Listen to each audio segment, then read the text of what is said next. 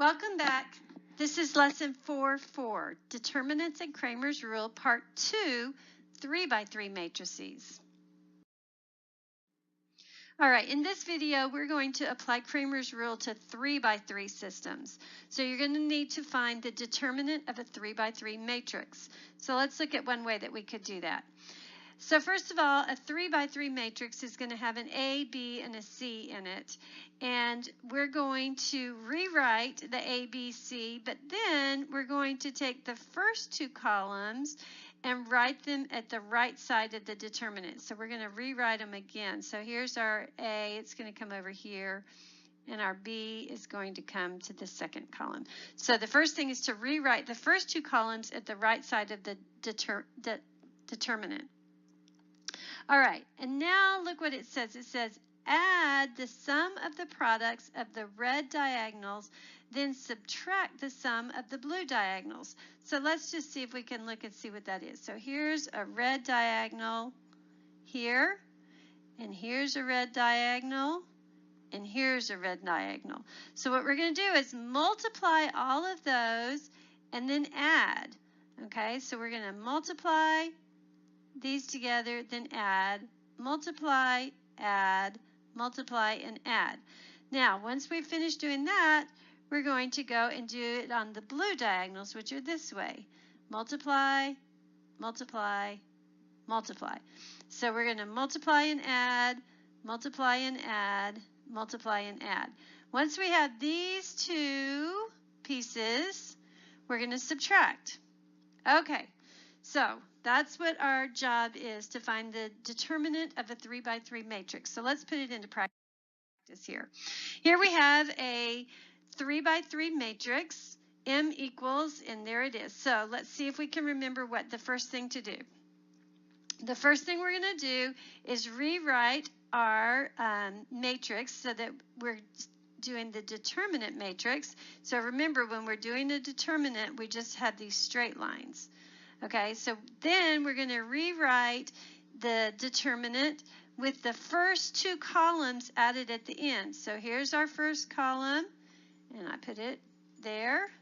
Here's my second column, and I'm going to put it here. All right, so remember what we're going to do next. We're going to start doing some diagonals. Okay, so step one. Multiply down diagonals and add each of them together. All right, so here they are. So we're going to take 2 times 2 is 4, times 8 is 32. All right, and then 4 times 3 is 12 and 20. So we're going to take those and add them together, and we get 64. Now we're going to multiply each up diagonal. Here they are. All right. And when we put those, 1 times 2 times 1, and 4 times 3 times 2, and 8 times 5 times 4, we add those together and we get 186. All right.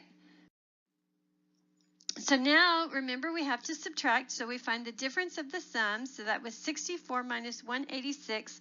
So our determinant of a 3x3 is going to be negative 122. And now you can use your calculator to find this, and this is a little bit of a hint for you. I want you to try and figure it out on your own. Again, your calculator is going to make it much easier.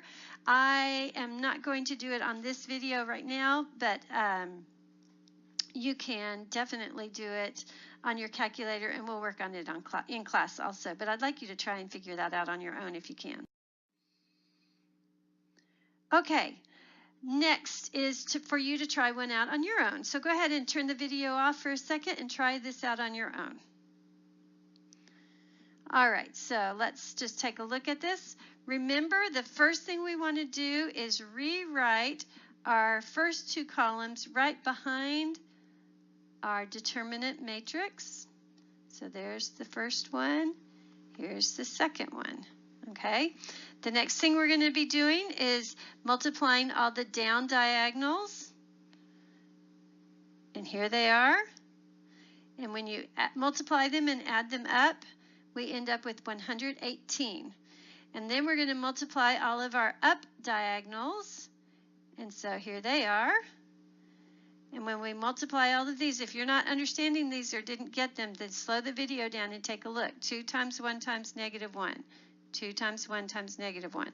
-3 times -2 times 10, and so on, okay? You're going to do the same thing with your blue, and we get 43. So remember, our rule is to take the downs and then subtract from the up.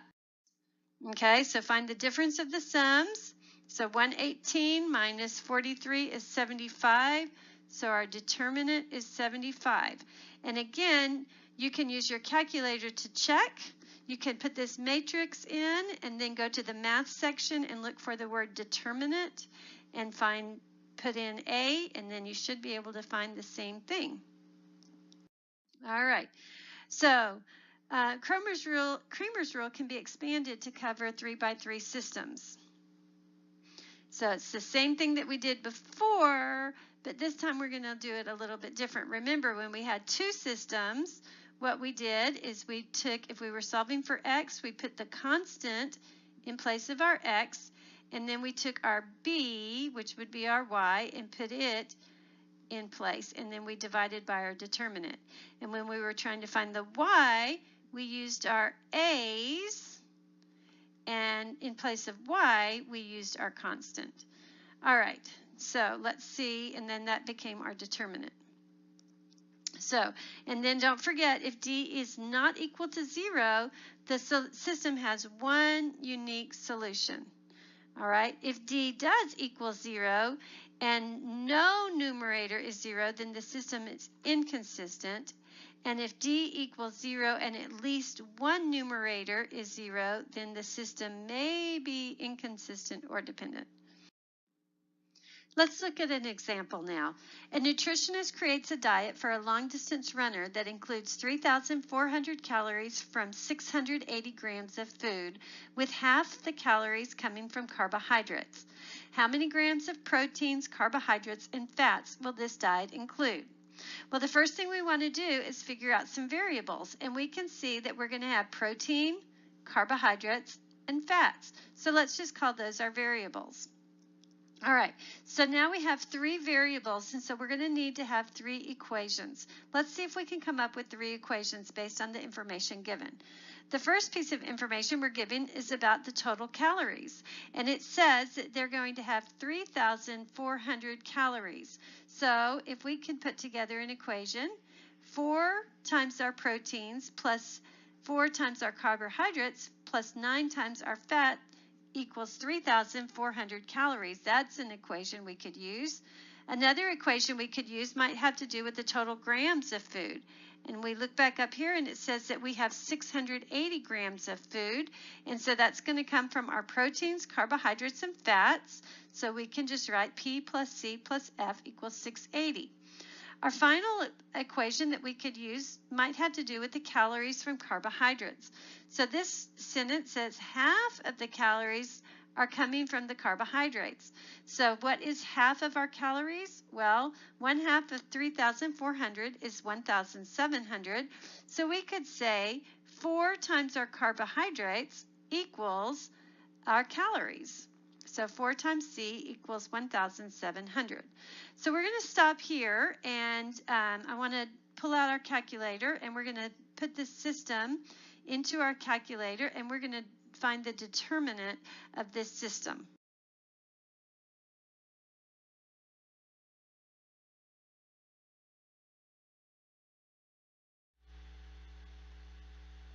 Okay, so now that I've removed us, we're still recording. Let's get back to our problem. Okay, so let's pull our calculator up here and take a look at this problem. So first of all, what we want to do is I'm going to let you do this using your calculator. It's a lot easier when you have a big problem like this. So the first thing that we want to do is put in our determinant matrices, or matrix. So I'm going to clear this out. Let's see. I'm going to quit. All right, so we're going to go to matrix. You want to go over to edit, and let's go to matrix A. I've already put all these numbers in for us, so this will make it a lot easier. So in matrix A, I put in 449. So 449. Where did those numbers come from? Right here, 449. All right, the next one is 111, and here it is here, 1P, 1C, 1F. And then the final 040, 0 proteins, 4 carbohydrates, and 0 fats. So 040. So I have my matrix here. Now in order to find the determinant of that matrix, all I have to do, I'm going to just quit for a minute. I'm going to push in second and quit. And now I'm going to come down here again, second matrix.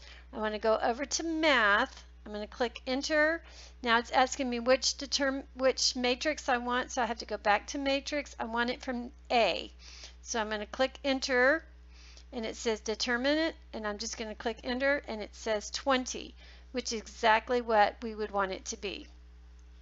Okay, so now that I have my determinant, now I can solve for my x and y's. So I'm going to go ahead and pull up our next slide here, and let's go ahead and talk about what we do. Remember, we have to put our constant, since we're solving for our basically our x, which in this case is P, but we're going to solve for this P, so we're going to put our constants in. So our constants are 3,400, 680, and 1,700. So I've gone ahead and put in our matrix for this one. I'm going to go back to edit and go down to B. And so here I have put in my constant because I'm wanting to solve for P, but I have C and F. And so if you look over here, I have 4C and 9F. So there's my 4 and 9. I have 1C and 1F. So now I have 1, 1 here. And then I have 4 for my C, but I have nothing for my F. And so these are the numbers I'm going to put into my calculator, 3,400, 4, 9. And I'm going to put those in my matrix. And once I have them in my matrix, then I'm going to go ahead and quit again. I'm going to go back to matrix, second matrix. I'm going to go to math this time. And you'll see I have determinant is number 1, so I'm going to enter that. It says find the determinant. So this time I put that in matrix B. So I'm going to go ahead and come down here to matrix B and click enter and enter again. And notice that I get 2,380. All right, and in order to find out what exactly my P value is, I'm going to just click divided by 20. And when I do that, I get 119. So that has told me what my first variable is. My first variable, P for protein, is going to be 119. All right, so now we're going to do it to solve for our carbohydrates. Now again, notice what my matrix looks like. I keep my P's the same and my F the same, but in place of my carbohydrate, I'm going to put the constant. So remember, our constants here were 3,400, 680, and 1,700. And for my P's, I had 4, 1, and 0, and here they are over here, 4, 1, and 0. And 0, because I had 0 over here. And then for my my fats, I have 9, 1, and 0, 9, 1, and 0 over here.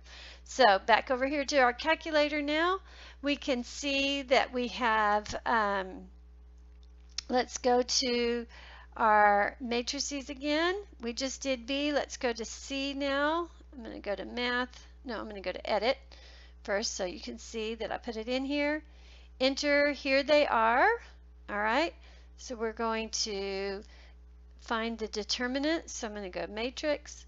I'm going to go to math. Here's my 1 determinant. I'm going to click enter. All right, and then I'm going to go to matrix, and this time I'm at C. So I'm going to click C in here and then enter, and it did all of that for me. All that long adding and subtracting just does it for us, 8,500. Okay, now our next thing, we still have to divide by our determinant. So let's divide by 20. And there we have 425. So now we know that we have 425 carbohydrates. All right, we're going to do the last one.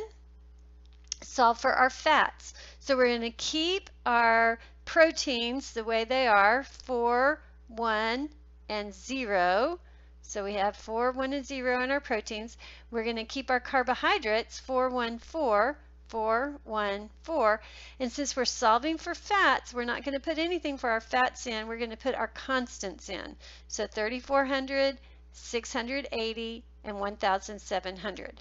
So again, I've already put it into our matrix. I'm going to go to edit. Let's take a look at it. And that's our here. So 4, 4, 3,400, 1, 1, 680, and 0, 4, 1,700. And I have the wrong number in there, so let's get that right. 0, 4, let's see. Let's get that fixed. That should be 1,700, 1,700, and let's enter that. Okay, hopefully that's going to help us. So now we're going to leave there. We're going to come back to matrix. We're going to go to math. We're going to determinant. So I'm going to enter that. Which matrix do I want? I want matrix D. I'm going to enter and enter again, and there's my 2,720. Remember, you have to also divide by that original determinant. And so we see that I have fats of 136. So my diet needs to include 119 grams of protein, 425 grams of carbohydrates, and 136 grams of fat. All right, so that is the end of your lesson. And I just want to make a note about this, that although the math seems kind of crazy, we can see that it's very ordered, and it just fits right in with that God created the heavens and the earth, and He created it in a very orderly way. Anyway, I hope you have a great day, and I'll see you in class. Bye.